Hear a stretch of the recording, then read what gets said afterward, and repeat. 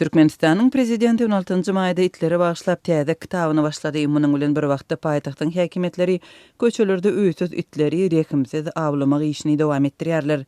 14-nji maýda Gawdan we Itrapçyda nomer 84-nji çağılar bagynyň territoriýasynda iş wagty we çağılar bakçadaka uly bolmadyk bir iti we onuň ýaňy bolan güjüklerini aýratyn bir wagşylyk görkezip demir taýaklary bilen urup öldürdiler.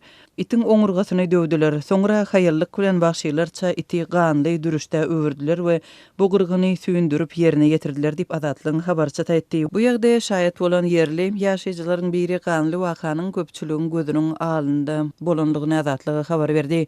It uzak wagtlap setdi, soň iňildedi. Goňşy jaýlaryň aýnalaryndan muny köp adam gördi. Emma hiç kim goşulmady. It çağılar bagynda özüne pena tapypdy. Adamlardan bokulup ýuwaşça ýatýardy.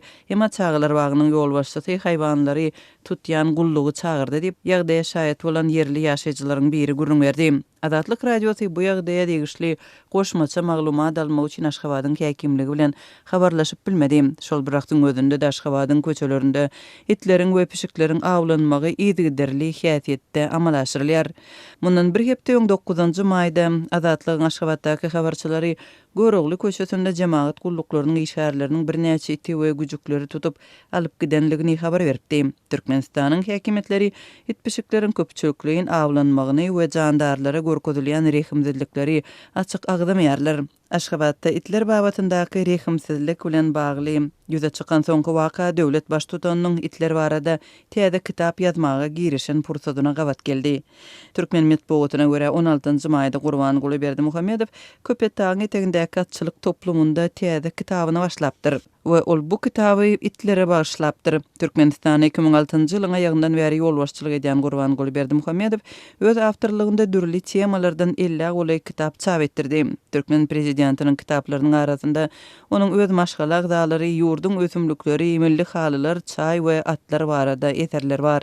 Türkmenistanyň prezidenti ahal tekatlaryna we itlere bolan aýratyn garaýşy bilen tanalýar. Şu ýylyň fevral aýynda Türkmen prezidenti itler üçin ýöriýte keselhananyň açyljagyny eglan edipdi.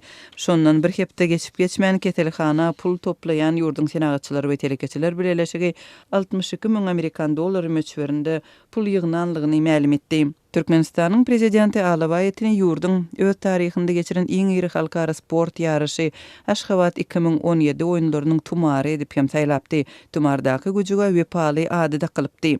Türkmenistanyň prezidenti Alabay etlerini beýleki ýurtlaryň ýolbaşçylaryna sowgat bermegi hem halýar.